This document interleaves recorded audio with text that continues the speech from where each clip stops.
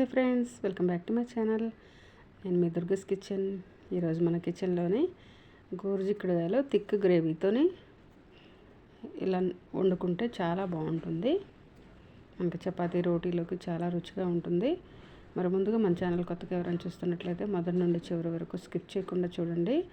అప్పుడే ఈ రెసిపీ ఎలా తయారు చేసేది మీకు అర్థమవుతుందండి.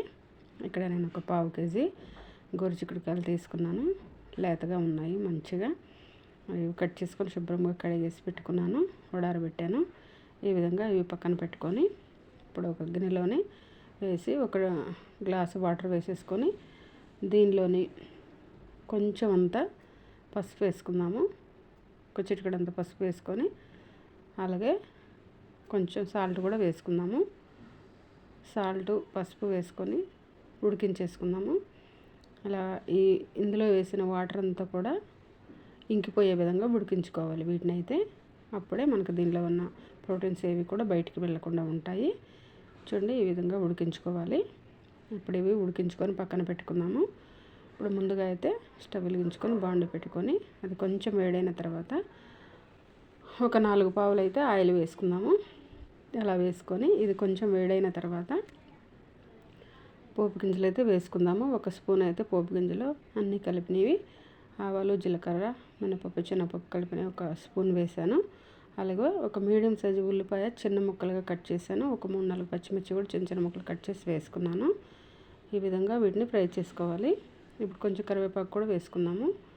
ఈ విధంగా వేసుకొని వీటిని ఫ్రై చేసుకుందాము. ఈ ఉల్లిపాయలు కొంచెం త్వరగా మగ్గిపోవాలి అంటే మనము కొంచెం సాల్ట్ వేసుకుందాము. సాల్ట్ అయితే మనము గోరుచిక్కుడుకాయలు ఉడకపెట్టేటప్పుడు వేసాం కాబట్టి దాన్ని చూసి వేసుకోవాలి. ఈ విధంగా 1 స్పూన్ అయితే వేసాను. మీడియం సైజు స్పూన్తో వేసాను. అలా వేసుకొని ఫ్రై చేసుకోవాలి. ఇప్పుడు 1 స్పూన్ పసుపు వేసాను. చిటికెడంత మెంతిపొడి, చిటికెడంత జీలకర్ర పొడి వేయించింది. పసుపు కూడా చూసి వేసుకోండి, ఎందుకంటే మనం గొరిచిక్కుడులో ఉడకబెట్టేటప్పుడు వేసాం కాబట్టి అది చూసి వేసుకోండి. ఈ విధంగా ఫ్రై చేసుకోవాలి. ఇప్పుడు 1 టేబుల్ స్పూన్ ధనియాల పొడి వేసాను. అలాగే 1 టేబుల్ స్పూను అల్లం పేస్ట్ కూడా వేసుకుంటున్నాను. ఇది వేసుకొని ఇది కూడా పచ్చివాసన పోయే విధంగా ఒకసారి అలా కలుపుకొని ఒక 2 నిమిషాలు అలా వేయించుకుందాము. చూడండి, ఈ విధంగా వేయించుకున్న తర్వాత ఒక మీడియం సైజ్ టమాటాలు అయితే 3 తీసుకొని ఇలా చిన్న చిన్న ముక్కలు కట్ చేసి వేసాను. ఇప్పుడు ఈ టమాటాలు కూడా అలాగా ఉడికించుకుందాం. మొత్తం కూడా మగ్గిపోయే విధంగా ఉడికించుకోవాలి.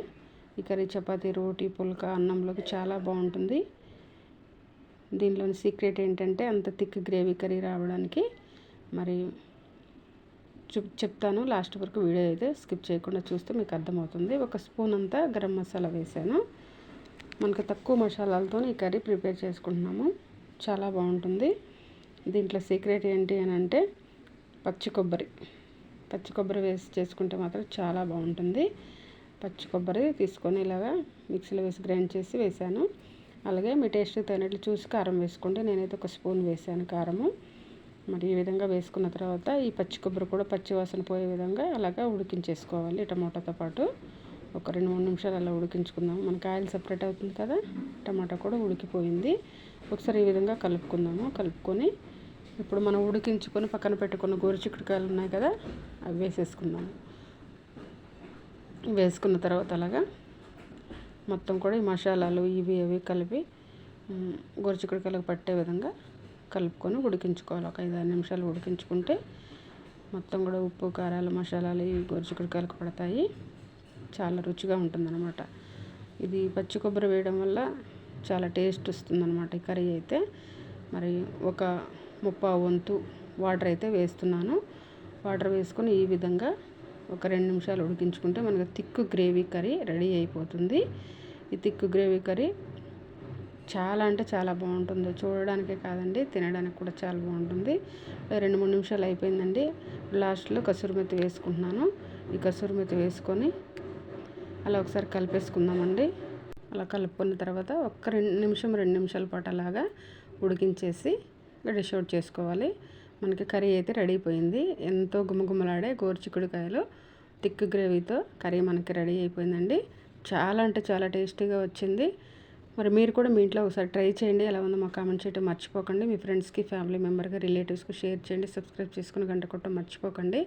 తప్పకుండా వీడియో ఒకసారి ఓపెన్ చేయండి. ఈ వీడియో తీసి దాని వెనక ఎంత కష్టం ఉంటుందో మీరందరూ కూడా ఒకసారి గమనించగలరని మిమ్మల్ని కోరుకుంటున్నాను. తప్పక వీడియో ఓపెన్ చేయండి. ఒక లైక్ ఇవ్వండి. Thank you. భోజన ప్రియులందరికీ నమస్కారాలు. నేను అప్పారావు జబర్దస్త్ ఆర్టిస్ట్. మన ఇంట్లో మంచి మంచి నాన్ వెజిటేరియన్ తయారు చేసుకోవాలనుకుంటున్నారా? మంచి మంచి వెజిటేరియన్స్ ఐటమ్స్ తయారు చేసుకోవాలనుకుంటున్నారా? ఇంకా స్వీట్స్ అంటే ఇష్టం లేని వాళ్ళు ఎవరుంటారో అందరూ స్వీట్స్ ప్రియులందరూ కూడా ఒకే ఒక చిరునామా దుర్గా కిచెన్స్ యూట్యూబ్ ఛానల్ అందరూ ప్రేమతో సబ్స్క్రైబ్ చేసుకోండి. సబ్స్క్రైబ్ చేయండి, లైక్ చేయండి, షేర్ చేయండి, కామెంట్ చేయండి. ఆ పక్కనే ఉన్న ఐకాన్ బెల్ని టచ్ చేస్తే మా నోటిఫికేషన్స్ అన్నీ మీకు వస్తాయి. కాబట్టి ఇదంతా నేను చెప్తున్నది కుమార్ గారు హైదరాబాద్లో ఒక మంచి రూపశిల్పి, అంటే మేకప్ చీఫ్గా ఉంటూ ఎన్నో విజయవంతమైన సినిమాలు పనిచేశారు. వారి ద్వారా భోజన ప్రియులందరికీ మంచి మంచి వంటలు పరిచయం చేద్దాం, మంచి మంచి వెరైటీ ఆఫ్ స్వీట్స్ పరిచయం చేద్దాం, మంచి మంచి వెజిటేరియన్స్ వంటకాలు పరిచయం చేద్దాం అనే ఉద్దేశంతో సత్సంకల్పంతో వారు స్టార్ట్ చేసినటువంటి దుర్గా కిచెన్స్ మీరందరూ సపోర్ట్ చేసినట్లయితే వారు ఏదైతే అనుకున్నారో అదంతా సఫలీకృతం అవుతుంది. కాబట్టి కుమార్ గారు, I wish you good luck and God bless you. Durga kitchens start చేసి అందరికీ మంచి మంచి వంటలు పరిచయం చేసినందుకు నేను కూడా భోజన ప్రియుడిని కాబట్టి ఈ వీడియో నేను ప్రేమపూర్వకంగా చేస్తున్నాను. మీరందరూ దుర్గా కిచెన్స్ యూట్యూబ్ ఛానల్ని సబ్స్క్రైబ్ చేసుకోండి. మీ ప్రోత్సాహం దుర్గా కిచెన్స్ యూట్యూబ్ ఛానల్కి చాలా చాలా అవసరం. Good luck sir.